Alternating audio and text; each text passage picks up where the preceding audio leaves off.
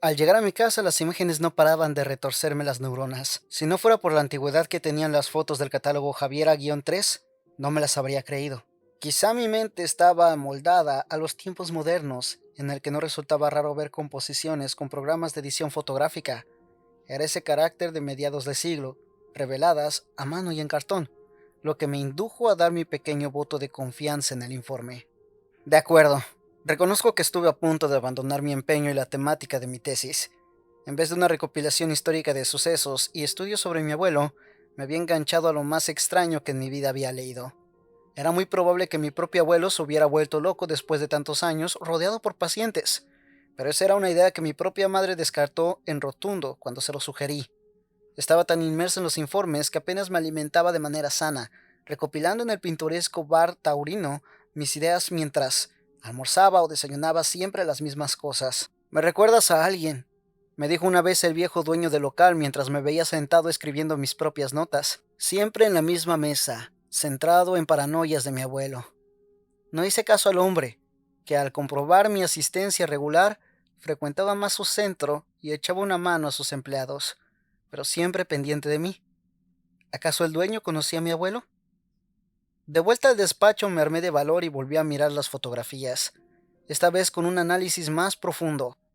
La primera, marcada con un número 1 en la esquina superior, era una galería llena con viejos tóneles de vaya usted a saber qué. En el fondo de dicha galería se apreciaban dos sombras difuminadas, como si se hubiera intentado captar algo en movimiento. La segunda, con su correspondiente numeración, se representaba lo que parecía una cara en movimiento, pero terrorífica. Pese a ser en blanco y negro, los ojos parecían brillar siguiendo una estela difuminada, al igual que una dentadura con unos pocos pronunciados colmillos que casi rozan el blanco inmaculado, pero también con su correspondiente estela brillante, en el mismo sentido de los ojos. Es como si ese rostro se hubiera movido con celeridad al momento de hacer la foto. Poco más se podía distinguir de ella, salvo la verticalidad de las pupilas y algo que parecía una melena de pelo. En la tercera parecía salir un animal de gran tamaño en la misma galería. Diría que sin pelo, cuadrúpedo y con las patas muy estilizadas. Tenía una gran joroba llena de protuberancias. Juraría que blandas o carnosas, pero sus patas aparentaban ser manos de largos dedos extendidos en el suelo. Incluso las traseras parecían tener pies casi humanos. Podría ser hasta un niño o hombre pequeño bastante deformado, aunque lo veía improbable. En la última fotografía se veía también de manera difusa y desenfocada cómo aquel animal estaba peleando con algo, más bien alguien, de ropas sencillas y de un tamaño menudo. Se podría distinguir una melena larga, diría que la misma de la foto anterior. El conjunto podía ser algo preparado, no me cabía duda. Era demasiado casual que estuvieran todas desenfocadas y movidas. Por unos segundos me recordó a las famosas fotografías del Yeti o de algún monstruo folclórico, que casualmente también estaban desenfocadas para hacer algún tipo de montaje. La pregunta del millón era, ¿mi abuelo se tomaría tanto tiempo para idear una farsa tan elaborada? ¿Por qué haría un montaje así si no se iba a beneficiar de ello? De hecho, hasta se podía haber jugado su carrera con esos informes. Tenía que llegar hasta el final para saber de qué iba todo esto. Y sin más dilación continué leyendo. Casuística y desaparición del sujeto 3. A quien esté leyendo esto, solo puedo poner sobre la mesa mi honor, reputación y caballerosidad para demostrar la veracidad de lo que voy a describir y relatar. Quizá nadie encuentre sentido a los artículos etiquetados en el expediente de Javiera. De hecho, aún conservo mis dudas. Como dije anteriormente, opté por quedarme a pernoctar en el centro para descubrir el foco de infección de la anemia que se estaba extendiendo por todo el centro psiquiátrico. Las 2 primeras noches fueron tranquilas. De vez en cuando paseaba por enfrente del torreón donde custodiábamos a Javiera, que siempre parecía dormitar plácidamente, pero en la tercera noche algo cambió. Eran alrededor de las 2 de la mañana. Iba a echarme un sueño en la cómoda de mi despacho cuando Ma Ángeles interrumpió en él sin previo aviso. Se notaba que había estado corriendo, y entre jadeos dijo, Javier ha desaparecido. Fuimos corriendo rápido hacia el torreón, pero no alcanzamos a llegar. Para no provocar pánico en el resto de los niños, decidimos no encender las luces eléctricas, así que fuimos con sendas lámparas de aceite y descalzos para no armar jaleo entre los pasillos. Pese a nuestro intento de discreción, algún celador había encendido las luces de alguno de los pasillos para hacer su ronda. Pero nuestra sorpresa fue mayúscula cuando encontramos a todos dormidos plácidamente en sus asientos. Enfurecido intenté despertar a alguno de ellos sin éxito, a bofetadas incluso, pero sin resultado. Daba la sensación de que estuvieran anestesiados. Ma Ángeles se encontraba en un estado cada vez más tenso, mucho más nerviosa. Ninguno de los dos comprendíamos lo que estaba pasando. Preocupada por los niños, entró en alguna de las habitaciones y salió con la cara blanca. Todos los niños se encuentran en el mismo estado, dijo la enfermera sin salir de su asombro. ¿Qué está pasando?, dije alzando la voz totalmente descolocado. Un ruido en la lejanía llamó nuestra atención. Provenía del pasillo general de ese ala, cerca de los dormitorios comunes de los pacientes leves. Sin dudarlo fuimos en esa dirección, encontrándonos más sedadores y enfermeras dormidos, casi todos en sus puestos. Pasamos por enfrente del gabinete médico, donde el doctor de guardia estaba roncando en una de las camillas. Intentamos también despertarle para que atendiera tanto a niños como empleados, pero no tuvimos éxito. Estaba afectado por la circunstancia del lugar. Un estruendo se volvió a escuchar, como si se hubiera roto un cristal, esta vez muy cerca de nosotros. Avanzamos unos metros más, iluminados con nuestras grasientas lámparas de tono amarillento, hasta llegar a la última sala del pasillo. Un dormitorio común de los niños entre 10 y 12 años. El exterior no acompañaba. No había luna alguna que nos prestara su luz. Aún así entramos sin hacer ruido, pero nuestro sigilo no duró demasiado. Ma Ángeles emitió una pequeña queja, y al darme la vuelta vi que se estaba sosteniendo el pie, sentada en el suelo. Cuando acerqué el candelabro me fijé en que estaba sangrando. Se había cortado la planta de la extremidad con un cristal. De hecho, todo el suelo estaba lleno de pequeños cristalitos. Justo en el instante que me fui a agachar para atenderla, un olor dulzón invadió el ambiente, como si se estuviera destilando orujo. La llama del candelabro que Ma Ángeles había apoyado en el suelo cambió su tonalidad de amarilla a azulada. «Gas», dijo la enfermera antes de dormirse. Yo aún no me había agachado, pero en ese instante mi candelabro, que sostenía a más altura, se tornó azulado también. El olor dulzor se había intensificado, como si fuera más denso que el aire, y se acumulara en las partes más bajas, desplazando el oxígeno. Me quedé paralizado por unos segundos. Si me agachaba, me dormiría sin remedio como mi compañera, y quedaríamos los dos inútiles. Retrocedí unos pasos hacia la puerta. Quería abrir una ventana en los pasillos, pero incapaz de moverme con fluidez, me arrodillé en el suelo. Ese gas había invadido mis pulmones. Temeroso de que mi lámpara de aceite se rompiera al caer y provocara un incendio, solo pude apoyarla en el suelo y sentarme junto a ella. Estaba durmiéndome sin remedio. Me poseían mareos y náuseas que no podía exteriorizar, como quien está anestesiado por el éter en la camilla del cirujano. Éter. ¿Quizá alguien había arrojado un bote de éter en medio de la habitación? Eso explicaría los cristales y el extraño sueño del personal, pero no había éter suficiente en el centro como para provocar la ola de somnolencia. Si solo pudiera ir al gabinete médico a inyectarme un estimulante. Impotente ante la situación, hinché mis pulmones y aguanté la respiración para no seguir drogándome con el gas.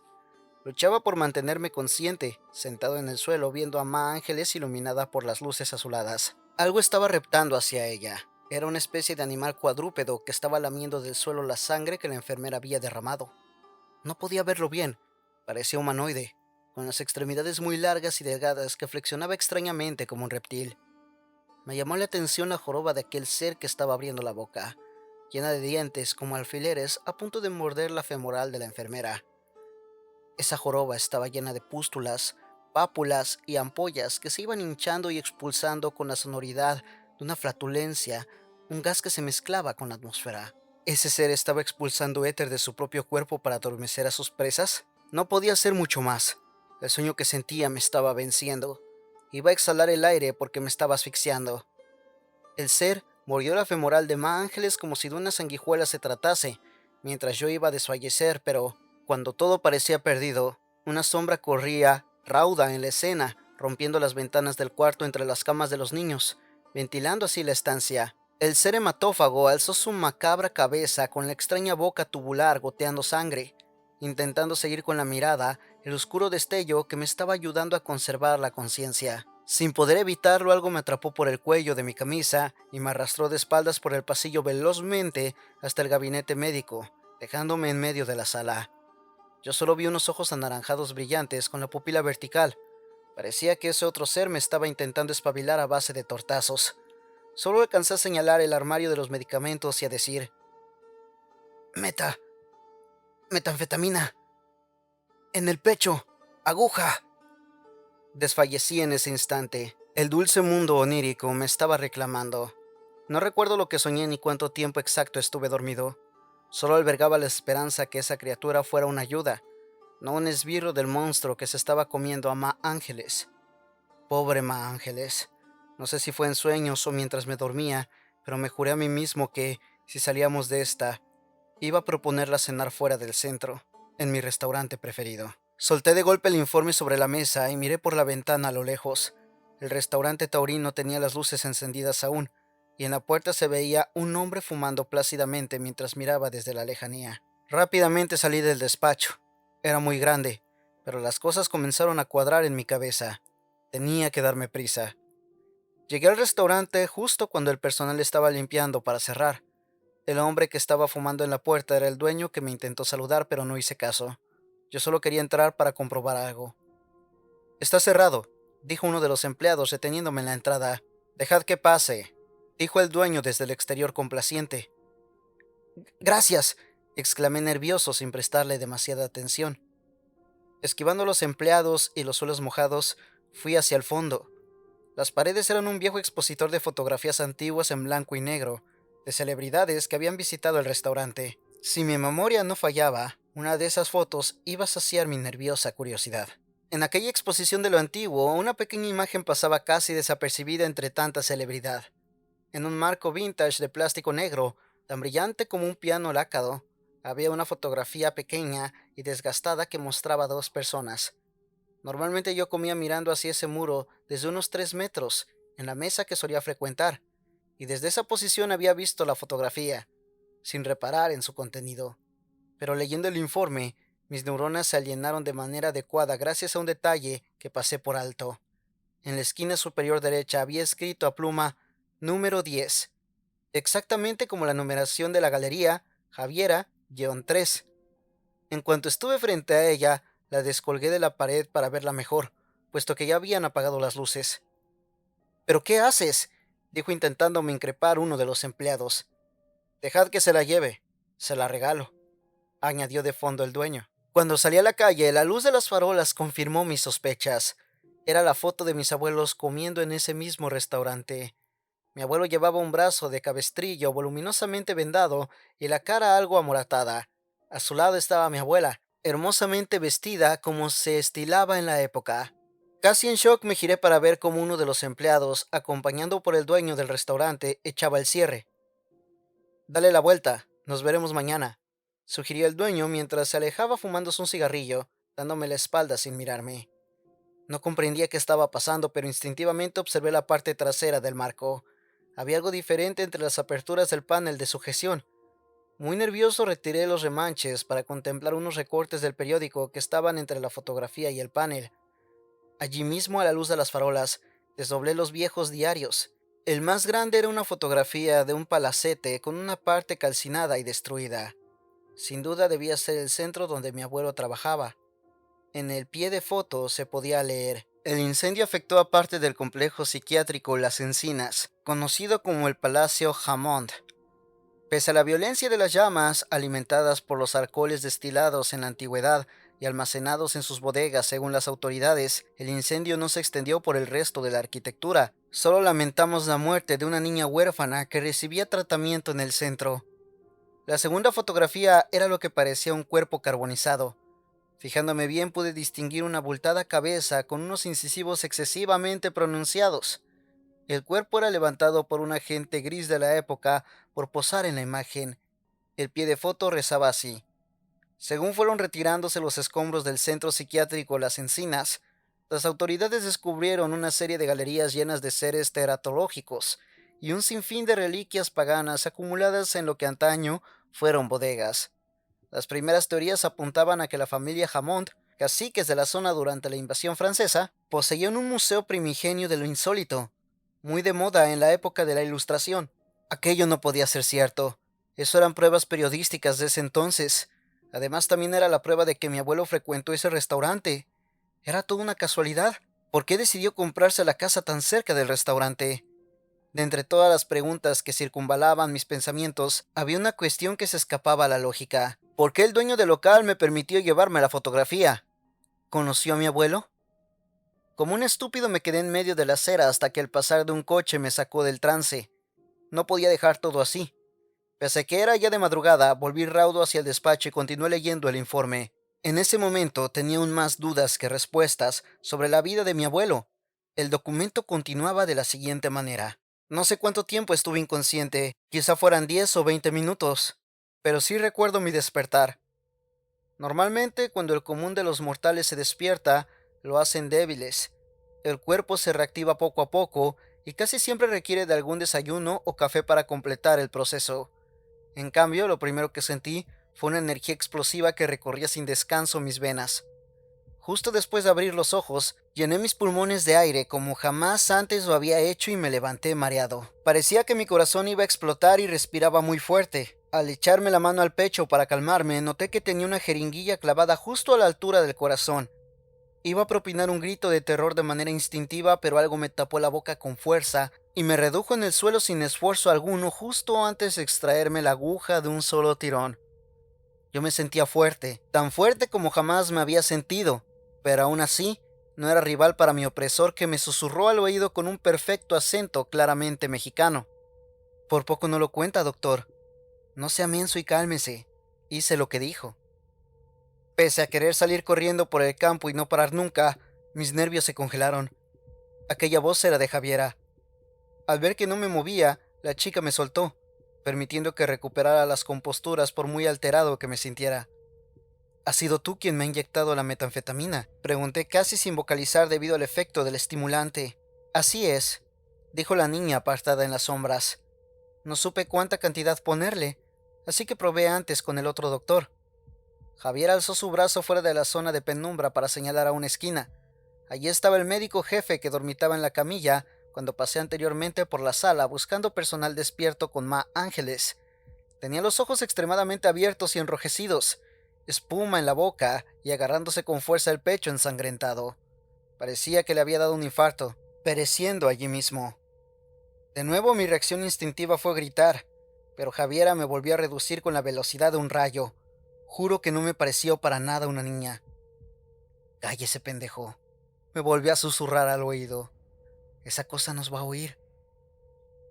Javiera, ¿has matado al doctor de una sobredosis?, pregunté muy preocupado. Claro, doctor. No sabía qué cantidad inyectarle a usted, así que probé media jeringuilla antes con el buen doctor que dormía. No quería matarle a usted. Necesito ayuda. Pero Javiera, has matado al médico. No pude terminar de hablar. Esa niña me agarró por el cuello con ambas manos y me levantó como si fuera de papel. No contenta con ello, me llevó hasta una mesa y se subió en ella para levantar mis pies del suelo y así demostrar su fuerza. No veía bien su cara. Todo estaba muy oscuro, pero juraría que sus ojos brillaban. Con la fuerza de un titán me lanzó a varios metros contra una pared. Como estaba bajo los efectos de la metanfetamina no me dolió, pero sí que me quedé sentado contra la misma. En un abrir y cerrar de ojos, Javier enfrentó su cara contra la mía y se puso a gritarme: Jamás vi seres tan necios y retrógrados como ustedes los humanos, tan ciegos como ególatras. Sois una infección ponzoñosa que devoran en grupo como las hormigas. Estaba al borde de un colapso mental. La voz de Javiera me repiqueteaba en los tímpanos, despertando en mí el instinto reptiliano de conservación y supervivencia. Hubiera jurado que mientras me gritaba, le habían salido dos colmillos y sus pupilas se habían vuelto verticales. Pero algo la cortó en seco, haciendo que observara los pasillos muy atenta. Recuperando su voz baja, me volvió a susurrar: Esa cosa se fue. Necesitamos la luz del sol, doctor. ¿Qué es eso? O mejor, ¿qué eres tú?, pregunté mientras me incorporaba. Esa cosa salió de Hammond, y yo para ustedes soy un dios. Ténganlo en cuenta, doctor Serafín, respondió la niña con un tono firme. La situación era de emergencia. En el centro había una especie de animal hematófago de grandes dimensiones que expulsaba un gas adormecedor.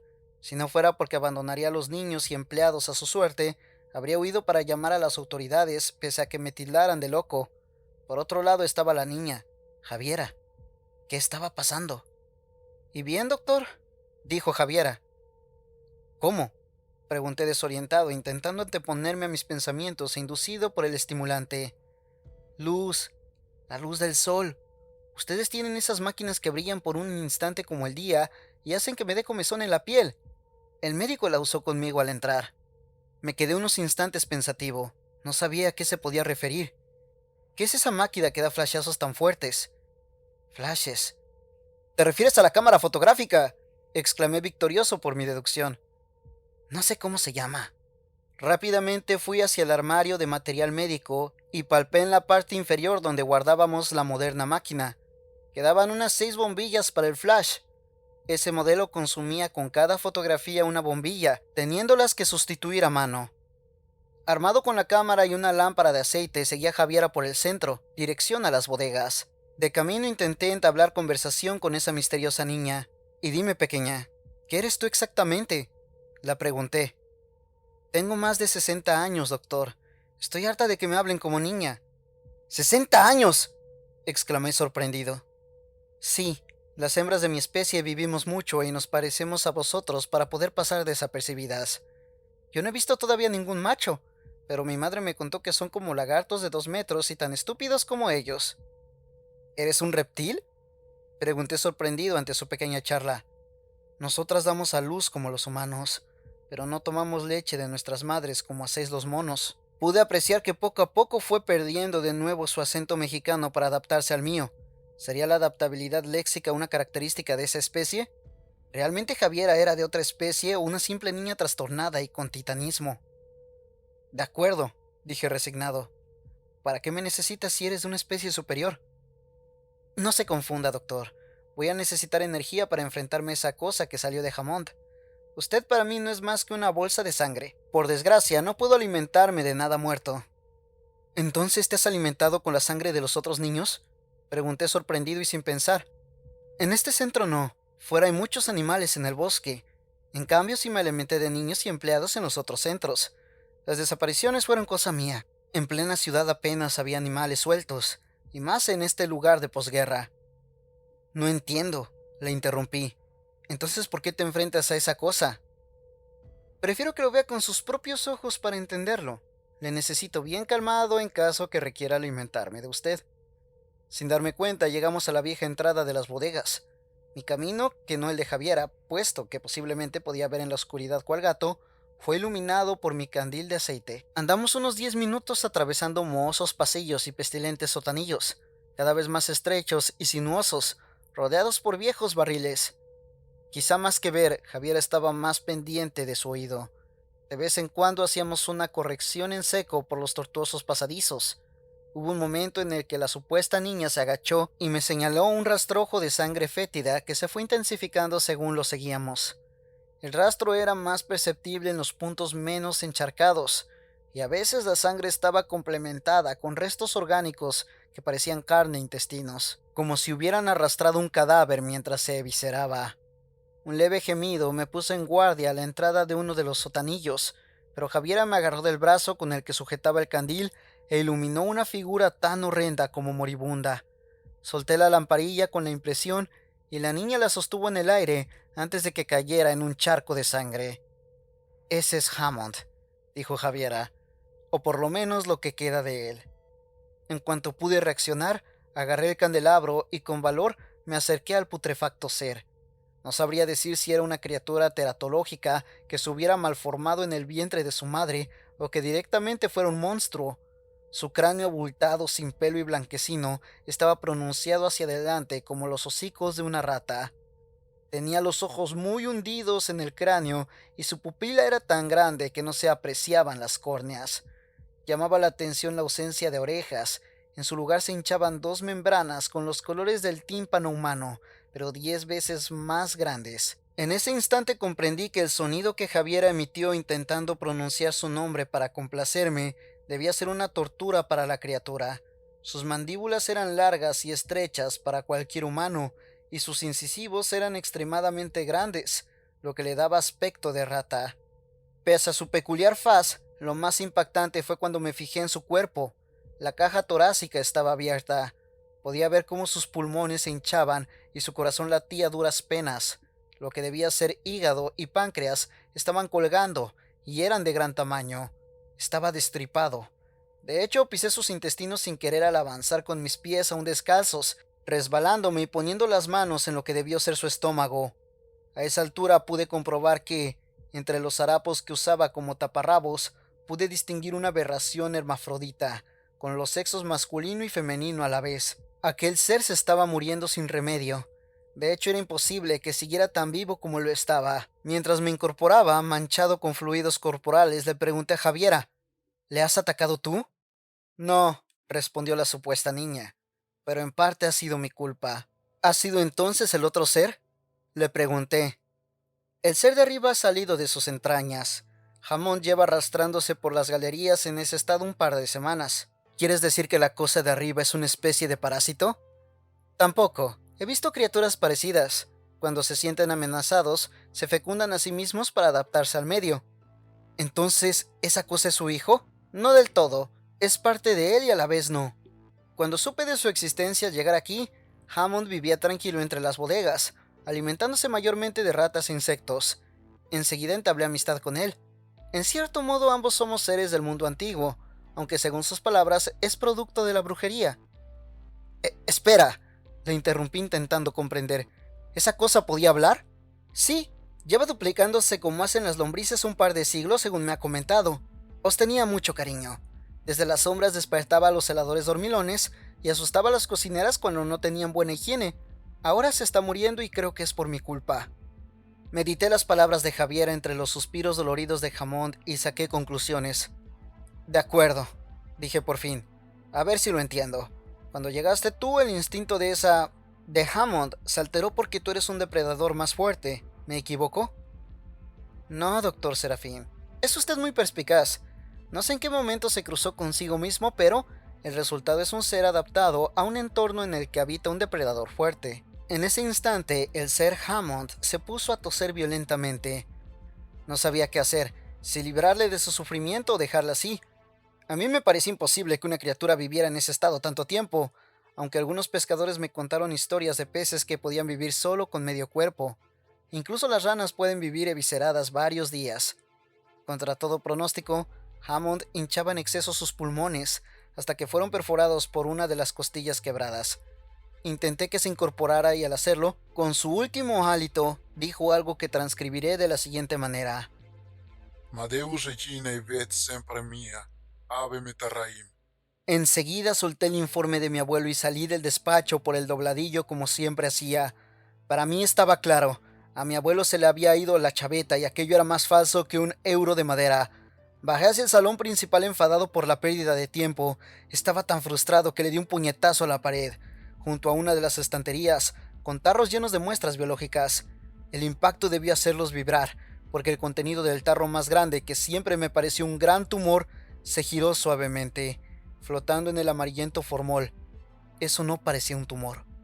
Por un lado sobresalían dos grandes dientes alargados como los de un castor. Tembloroso giré el tarro de cristal con las manos para verlo mejor. Casi me desmayo. Imposible, había vuelto a suceder.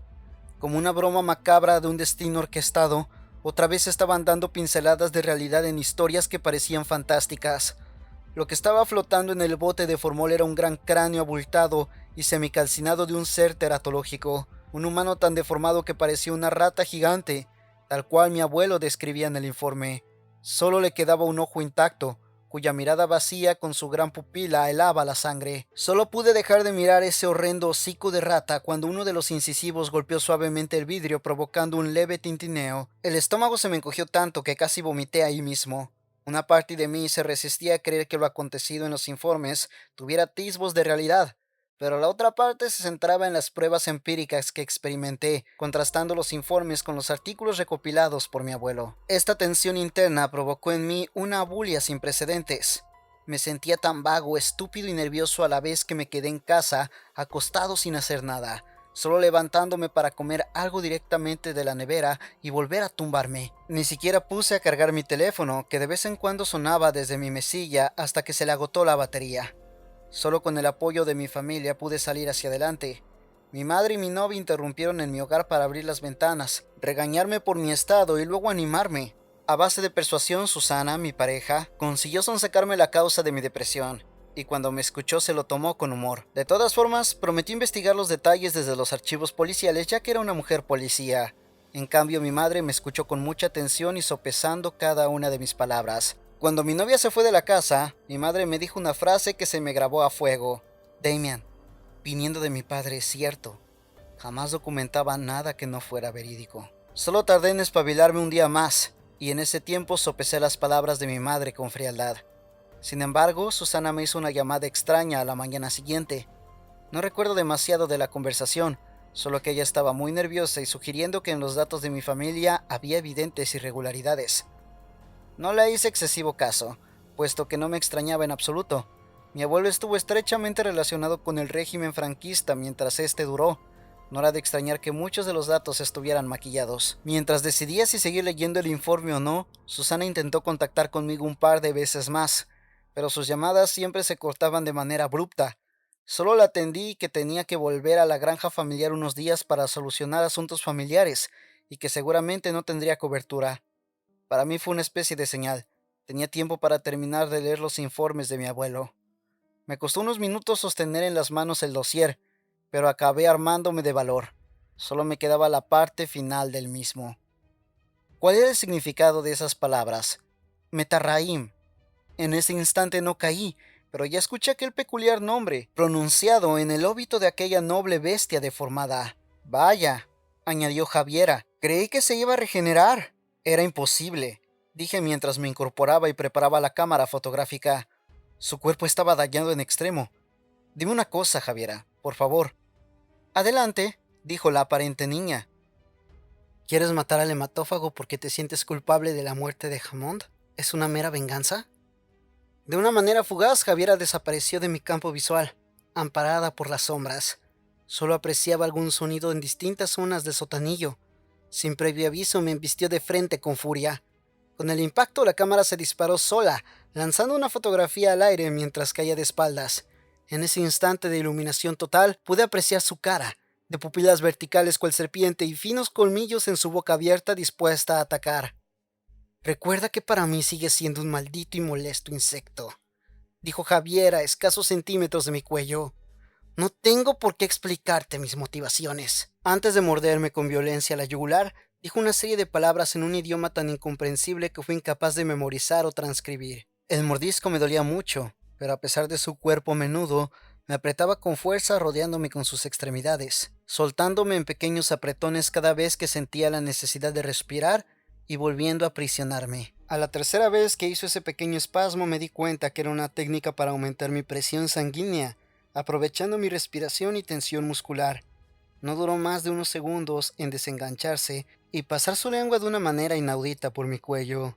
Sentí como mis heridas se cerraban. Antes de siquiera poderme recuperar del mareo, Javiera dijo: algo va mal. La energía que siento es demasiada. En ese instante caí en que aún estaba sufriendo en mi organismo los efectos de la metanfetamina, pero no me dio tiempo de avisarla.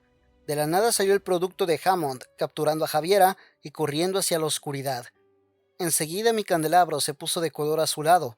Esa cosa estaba produciendo gas adormecedor nuevamente.